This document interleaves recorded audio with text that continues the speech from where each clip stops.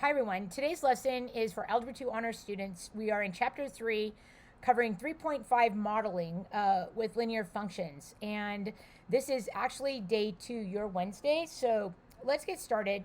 If you have already printed out your worksheets that are to be done, then great. If not, then you are going, or you don't have a printer, then I would suggest that you write the problems down, because after I do one of the sample problems, I would suggest that you follow along because I'm going to be going over your homework. Okay, so let's get started. Basically, we are dealing with linear functions as math models, and what that means is that they're going to give you some data points, and from that data, depending if it's linear or if it's quadratic or some other exponential or whatever, they're going to tell you, hey, this is linear, hey, this is quadratic, whatever. In this case, it's linear. And so you know that it's going to make a line. Whatever it is that you're doing is going to need to be a line because it's a linear function. So based on that, what you need to do is you at least need 2 points. So you need to extract 2 points from the information that they're giving you. So right now they're saying as you drive home from the football game, the number of kilometers that you are away from home depends on the number of minutes you have been driving. So they are already telling you what depends on what. That is the most important piece of information right off the bat that you need to know. You need to know that the number of kilometers that you're away from home, basically that's your distance, that's your y value, your distance or your kilometers that you are away from home, distance, depends on, remember this right here, this is kilometers, this value right here, that's my y-axis. That y-axis depends on my x-axis. So this is going to be kilometers. This x-axis here, that's my time. And it tells me that the distance depends on the number of minutes I've been driving. So they're saying, well, at 0 time, right, I'm super far away wherever I'm at the football game. But as time goes on, okay, then my distance is going to get slower, it's going to get closer to home. So my distance is going to decrease like that. So basically it should look something like that when I'm done. Define the variables for distance and time. So I would say D is going to be my distance and T is going to be my time. Now, based on that, I need 2 points. Okay. Now, remember, if kilometers or distance, okay, if that is my y value, okay, my y value and time is x, right? So when I'm making my point, my time should be comma my kilometers, like that. So it says that when I've been driving for 10 minutes, that's my time. I'm away from school 11 kilometers. I'm at school away from home 11 kilometers. My other point says that when I'm 8 kilometers from home, so that's my y, I've been driving for 15 minutes. So that's 15 comma 8. So now I have 2 points, right? And from those 2 points, I can actually make an equation. I've already graphed my line, check. Sketch the graph, done. But what I need to do now is to actually make a particular equation for this. Now remember, you have 2 points. You need a slope, number 1, and then you need to pick a point. And it doesn't matter which point you choose, you just need to pick a point. In this case, I'm going to find the slope first, right?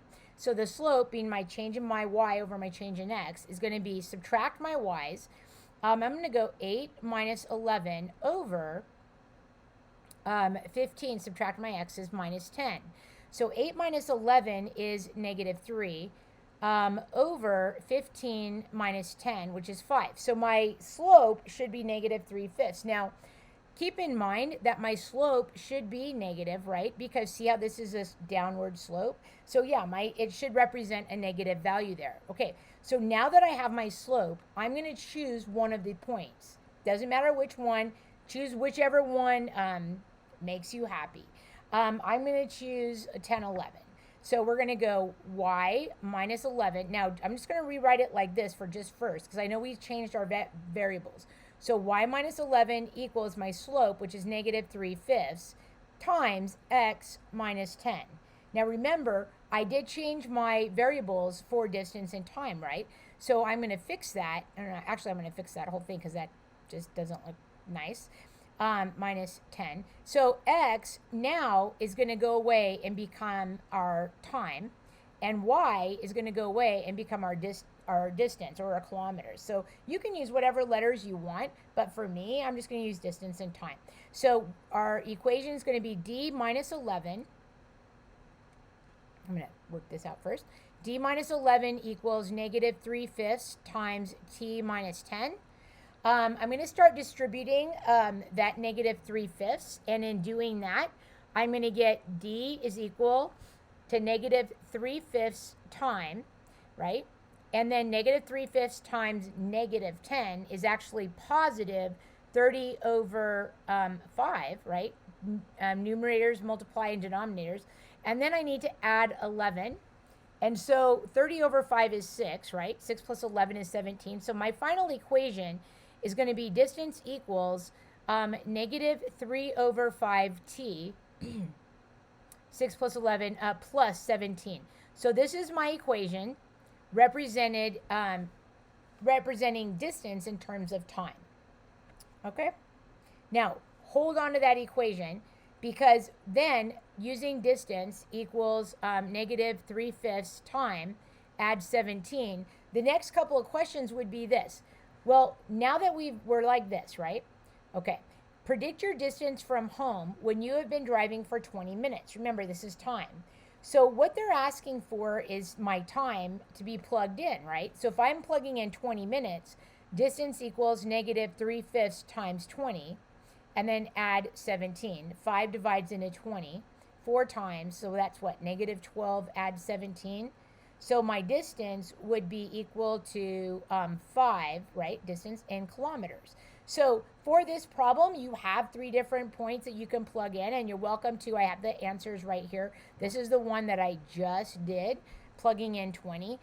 You can completely do that if you like.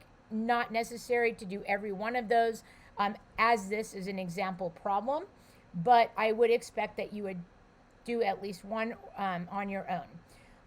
The next question says, well, where were you when you were where were you 7 kilometers from, when were you 7 kilometers from home? So when is actually, they're asking me time, aren't they?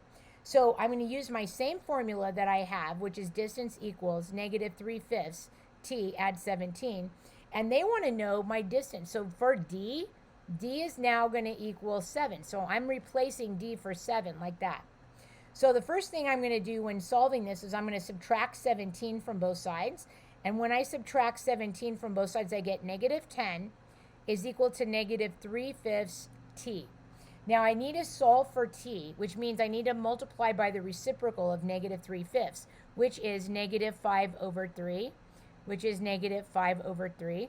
And so that means these are going to cancel, right? These all cancel, negatives go away.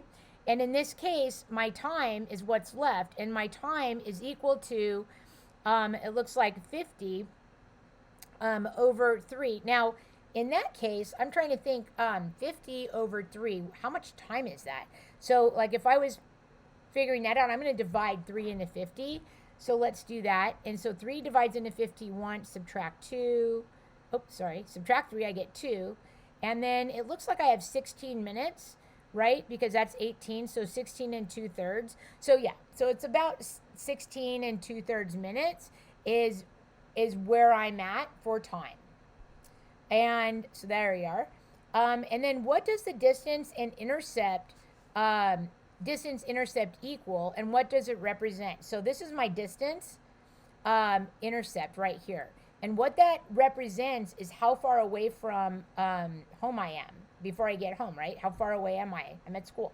So how would I find that value? Meaning this is going to be 0, some value, correct? So how would I find that value? Well, I need to set x equal to 0. So if I did that, I would go distance equals negative 3/5 t plus 17. My x being 0, this is my time. So when time was 0, how far away was I? That means this is gone. So I was actually 17 kilometers away before I started. So this is what these linear problems are all about. is basically coming up with an equation and then solving the problems so that until you get, to represent the data that you are given. So the first problem that we're going to work on together, that is also on your homework, so this is really important that you do this with me, is that this is the cricket problem. So based on information from Deep River Jim's Wilderness Trail book, true story, the rate at which crickets chirp is a linear function of temperature. At 59 degrees, they make 76 chirps per minute. At 65 degrees Fahrenheit, they make 100 chirps per minute. So write the equation. So when you're thinking about this, what you have to decipher right now is what depends on what. Does the temperature depend on how many chirps the cricket is making, or does the number of chirps the cricket is making depend on the temperature? And that's it, okay? So that's really important that you write that. See, meaning chirps right here, these are my chirps, right, for the cricket, depends on the temperature, okay? So what that means is the temperature is my x-axis and the chirps is my y-axis. So defining chirps and whatnot, I'm going to say C are chirps, okay? And then I'm going to also say that C is chirps, and then T, not time, right? T is my temperature. And so that being said, if my temperature is X, that means that the temperature is this point, comma, and the chirps are my Y. So it's got to go temperature, comma, chirps. So what they said was at 59 degrees, I have 76 chirps. So that's a point. So my temperature, 59, comma, 76. And then we've got, what is my other point? We've got 65 degrees Fahrenheit, and that's my temperature. So I've got 65 degrees Fahrenheit, and I'm making 100 chirps. The cricket's making 100 chirps. So what you need to do now, based on what we have, right, is, I'm going to put this up here so I have a little bit of room. We need to come up with an equation. And before we even come up with that equation, I actually need to come up with a slope. Okay, so in making a slope, I need to subtract my y's over subtract my x's. So I'm going to go 100 minus 76 over, subtract my y's, over 65 minus 59. And you do the math with this, though. When you do this, you should get my slope of 4. So we know the slope is equal to 4. Choose a point. And it honestly, it doesn't matter which point you choose. I'm just going to choose the top one. In doing that, I'm going to go not y, because I just changed my equation values. So I'm going to use not y. I'm going to use, what is it, chirps. So I'm going to say chirps minus 76 is equal to my slope times x, which is my temperature. Chirps and temperature, 59 degree temperature minus 59 degrees. So now I have my equation in point slope form, but the equations that they want are not in point slope form. They want you to put all of the equation in slope intercept form. So we need to solve for the y value, which in this case is c. So moving everything over to the other side, right, I'm going to get c minus 56, and I'm going to solve for this, and I'm going to get c equals, you guys work that out, and check your answers with mine and make sure you get the same thing. I get minus 160. Okay, so that means that, realistically, that my y-intercept is negative 160. So that's like way down here at negative 160. Not sure if you can see that, so I'm going to roll that up. So that's way down here at negative 160, way far down there, which it's a positive graph. See how my slope is positive? So what that means is that my graph is actually going to go up like that, okay? Now, that being said, we need to predict the chirping rate for 90 degrees. That's my temperature. So once you have your really awesome equation, all you have to do is plug all these points in for the T, for temperature, or whatever they're asking. So in this case, they want us to plug T in for 90. So we would say my chirps, the cricket chirps 4 times 90, which is what, 360? Subtract 160, and that should be 200. And what that means is we have 200 chirps per minute, is what that says. So at 90 degrees Fahrenheit, the crickets are chirping 200 chirps per minute. That's so fast.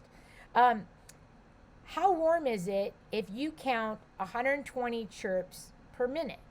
So that means that that's my chirp value, my C value. That's my Y value.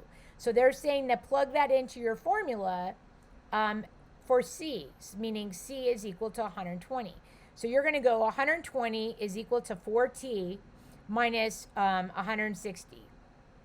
Move that over, so 160, and solve for T, and I get 280, right? Add that. 280 equals 4T, so that when I divide by 4, T is equal to 70, so that means it's 70 degrees. Calculate the temperature intercept. So basically what's happening here, we've got two different intercepts, right? No, we have this negative intercept. That's not really realistic, is it? Because, I mean, what's this value here? That's what I want to know. Because this is not realistic, the chirps. It's not going to chirp 160 negative 160 chirps per minute.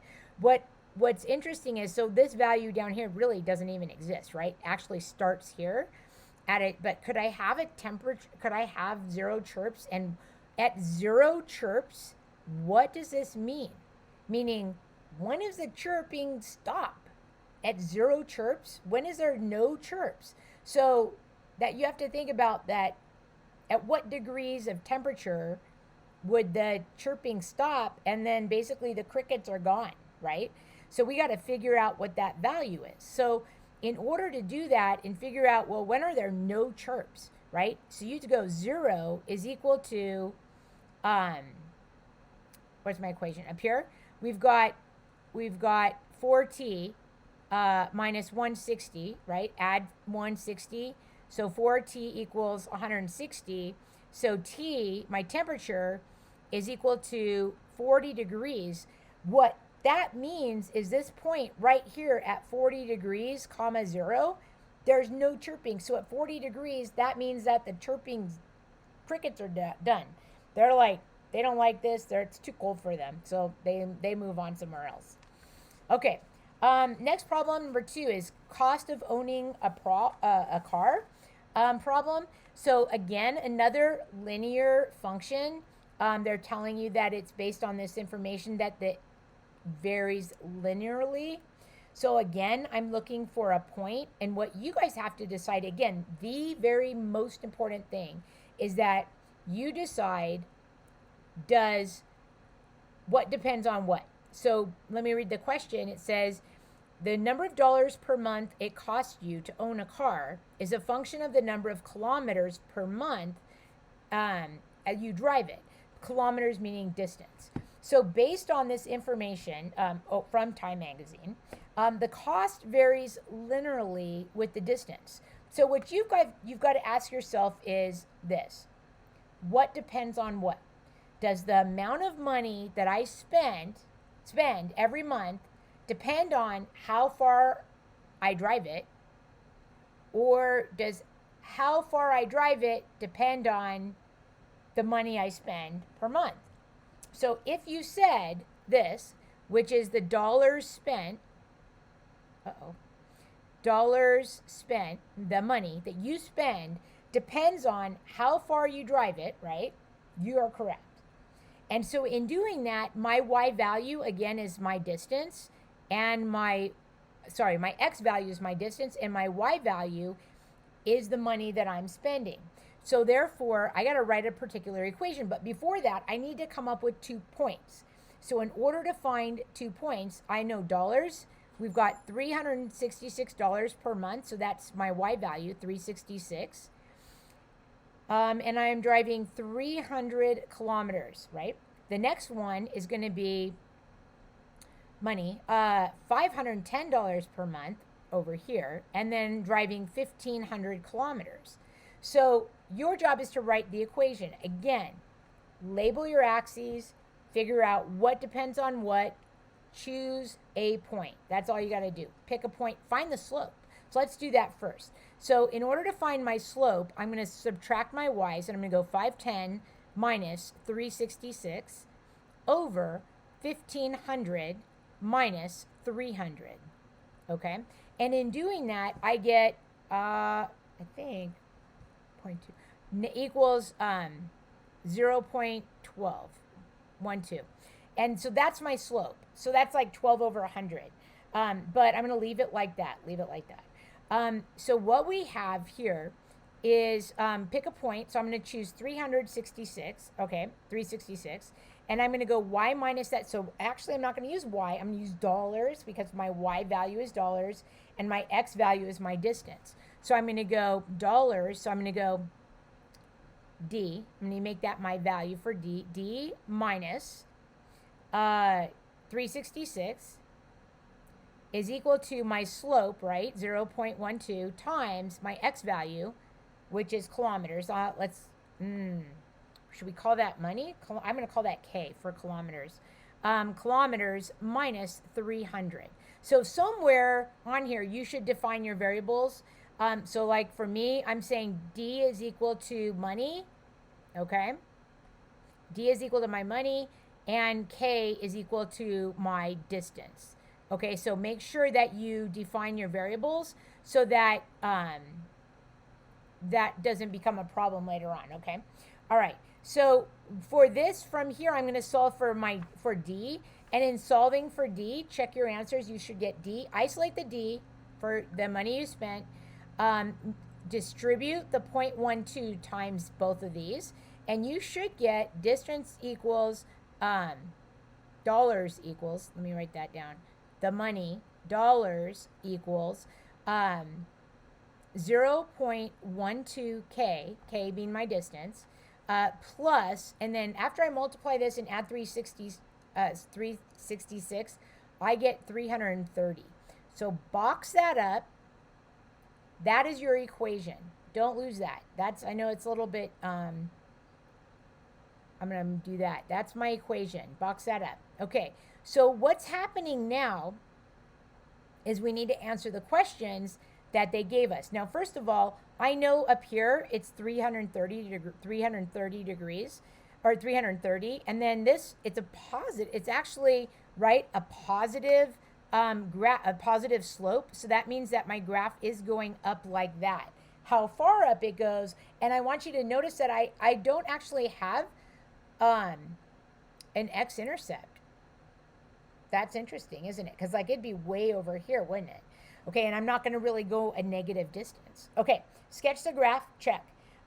Predict your monthly cost if you drive 500, 1,000, and 2,000. So what that means is that you need to plug these values in. I'm going to just plug in 1,000. I think that's the only one that I asked you on your homework. So let's do that. This is my monthly cost, so that's my dollars. So basically for this problem, I predict your actually I read that wrong, didn't I? Predict your monthly cost, so that's my dollars. If I drive 1,000 kilometers, so that's my K. So that's going to fit right in there. So 0.12 K. K is my 1,000, so I'm going to lose the K and replace that with the 1,000. And then I'm going to add 330. So now I'm going to multiply those values out, and I'm going to get my distance. Once that's all multiplied, is going to cost the D is just messing me up. The dollars that I spent every month is going to cost me $450. Now, this is what I need to ask you this. If I'm looking at this intercept right here that says $330 that I'm already spending before I drive anywhere, like, what does that mean? That is like a cost that I already have. So when you think about it, what could that represent, right? And so this could represent insurance, right? It could represent like car insurance. It could represent my loan payment, or if I have a loan for this, or if I'm paying this monthly, like a monthly payment for my car. So keep in mind that what that means when you have 330 and you start at you haven't driven anywhere, and this car is already costing you $330. That's because you have other values, other money going out. Okay. So how far could you drive in a month without exceeding a monthly cost of $600? So what that basically means is they're saying dollars is 600. So that you would plug that into your D. So 600 is equal to 0.12 plus 330 dollars. So then I lost my X. Where's my X? Oh, here we go. Okay.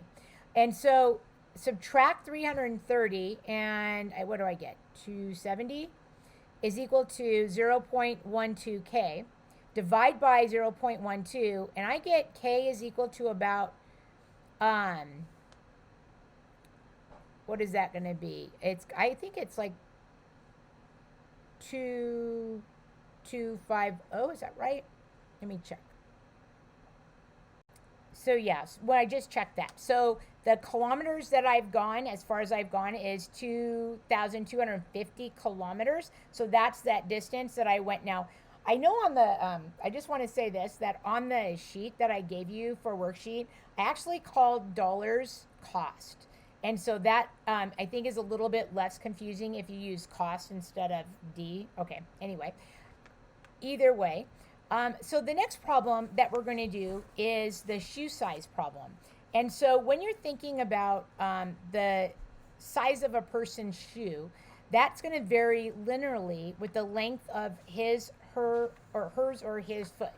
So just a note, the smallest adult size for shoes is actually a size 5. That does fit and fits a 9-inch long foot. An 11-inch long foot takes a size 11 shoe. So what you're thinking in your head is, hopefully, is you're asking yourself, what depends on what? Does my shoe size depend on the length of my foot, or does the length of my foot depend on my shoe size? That doesn't make sense. So it's got to be the first one. So the size of my shoe depends on how long, right? The size of my shoe depends on how long or the length of my shoe, right? Or the length of my foot, So you need to say, okay, well, size, that's your Y. So I would classify your values. So we're going to say, you could say let S is equal to the shoe size of shoe. And then L would be like the length of the foot. And I would say in inches. Okay, so we've got the length of the foot in inches, and then you've got the shoe size. Now remember, they said that the shoe size, the smallest shoe size is 5. So it can't be lower than that value here, right? So keep that in mind. Which also means that if it fits a 9-inch foot, right, this being our smallest value, it would be starting here. But let's get some information and let's write our points out, because that's most important. So writing our points out first, S, our shoe size, the shoe size is our Y. Okay, so size of the shoe. And then the X is the foot length, okay? So basically, that's our foot length, which we call L. So if I'm saying that my foot is 9 inches long, that's here 9, then the shoe size would be 5. And then if I said, now this one doesn't matter because they're both 11, so that could be confusing, but it's not, right? So pick a point, find the slope, and then make your equation. So working out the slope, I'm going to subtract my y's, and so I'm going to go 11 minus 5 over, now this 11 minus 9. So 11 minus 5 is 6 over 3, which looks like, wait, is that right? No, 9, 10, 11, that's 2. So 6 over 2, which means my slope has to be a 3. Okay, pick a point. I'm going to choose the first one. So I'm going to say y. But in this case, again, y is not y. Y is actually shoe size, right? So I'm going to say s, maybe. I'm going to say s minus 5 is equal to 3 times the shoe length minus the other value, which is 9. So s minus 5 equals 3 times length minus 9. Solve for the shoe size. And so when you do that, when you work it all out, what? 3L minus 27, add 5. So we're going to have 3 times L minus 22 is what I get. Okay. So now, based on this, what we have is, if this was like an actual graph, the negative 22 would be way down here, wouldn't it? And up 3 over 3, which basically is saying that the values are going up to the right. Something that's kind of interesting that you may or may not know, and that is my graph, right? And I'm thinking of, this is what, 9, 5 right here. My graph is not going to be a solid line. It is going to be linear, but it's not a solid line. And the reason for this, when I'm graphing this, is that shoe sizes only come in whole or half sizes. And so there's no like value in between there. So it is a line, like it's linear. And remember, it goes from 9 and then 5 here. But it's not connected, because shoe sizes aren't, they're not 3/4 size or a 4 size. It doesn't work like that. Okay, so we have our equation. I'm going to highlight that equation so we don't lose it. There it is. And so then what I'm going to do is if your foot is a foot long, so that's 12 inches. So that's 12 inches. What size shoe do you need? So you're solving for S, and you know the length. The length is 12 inches. So we're going to go, the size of the shoe is going to be 3 times the length minus 22. And so I end up getting my shoe size is going to be, what's that? 36 minus 22 is 14. And that's the shoe size. All right. Then, shoe size. Box that up. That's an answer. This guy, Bob Lanier, I don't know this person, but he's played basketball for the Detroit Pistons a long time ago. He wears a size 22 shoe. So how long is his foot? So they're saying S is 22. So go back to your equation. So S is 22. So 22 is equal to 3 times my length minus 22. So I'm going to add 22, right? And when I add 22, I get 44. So I've got 44 is equal to 3 times the length. And then when I divide, I'm going to get my length is equal to 44 over 3, which is, what is that? That's about 14 2/3 inches long. Okay. All right. And I think this is possibly the last problem, which is the speeding bullet problem. And the speeding bullet problem says, the speed a bullet is traveling depends on the number of feet. Oh, they just told me what depends on what. The speed depends on, so the speed a bullet travels depends on the number of feet it has traveled since it left the gun. So the speed, this is my speed, and this is my distance traveled. So you want to call this distance? Okay. So we, looks like, oh, for heaven's sakes, they already gave us the equation. Well, I'm going to put the points out just in case anyways. And putting the points out, just so we have those, speed is my y, my distance is x. So that would be 25 is my distance. That means the bullet is going 35 feet. The bullet has traveled since it's left the gun, feet per second. And then the other one is going to be, my other point is going to be, what is that? Whereas S is the number of feet, 250, comma, and then 2,600. 2,600. Now I'm wondering if on the equation on your homework that the points were given and not the equation. So that's why I think that there's an issue there, but that's okay. Let's find the slope and just make sure it's -4. So in finding the slope, right, you're going to go 2600 minus 3500 over 250 minus, what is that, 25? And so I should get a negative slope, right? Because as what that means is that at the very beginning, when the bullet hasn't gone too far out of the gun, the speed is like super fast, right? No distance, the speed's going to come right out of the gun and go really fast. But as the bullet goes farther and farther along, right, the distance, it's going to be a lot slower. So it should be negative. I end up getting my slope for this problem as -4. Writing the equation, well, that's right there. They gave that to you. How do you know that S varies linearly? Because it's you've got time, the speed depends on the feet, and so that is just a continuous and linear value. How fast is the bullet going when it's traveled 300 feet? Well, that's my distance, and so that's my x. So I'm going to plug that in for this value here.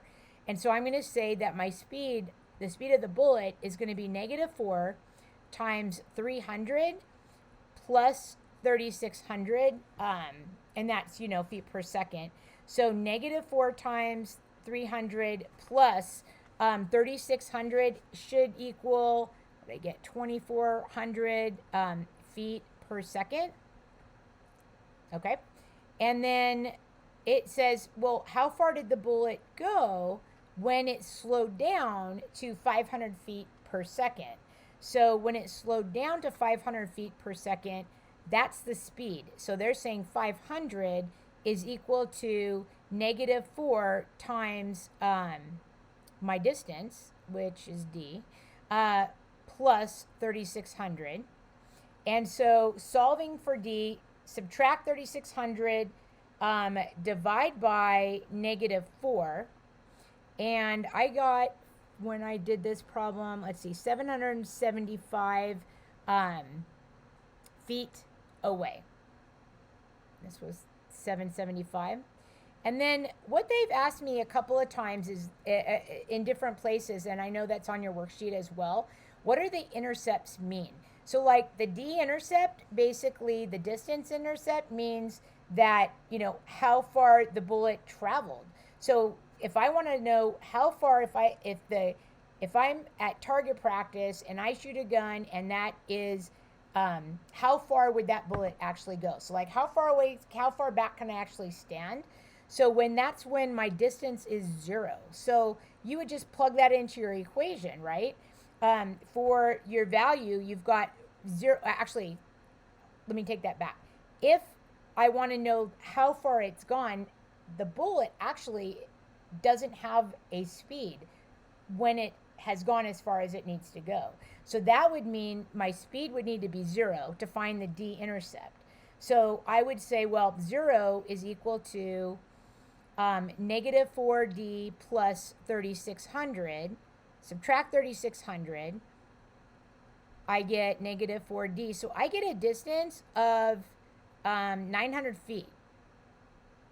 And then for the other intercept, for my speed intercept, they're basically saying when time is 0, right, how fast would the bullet go?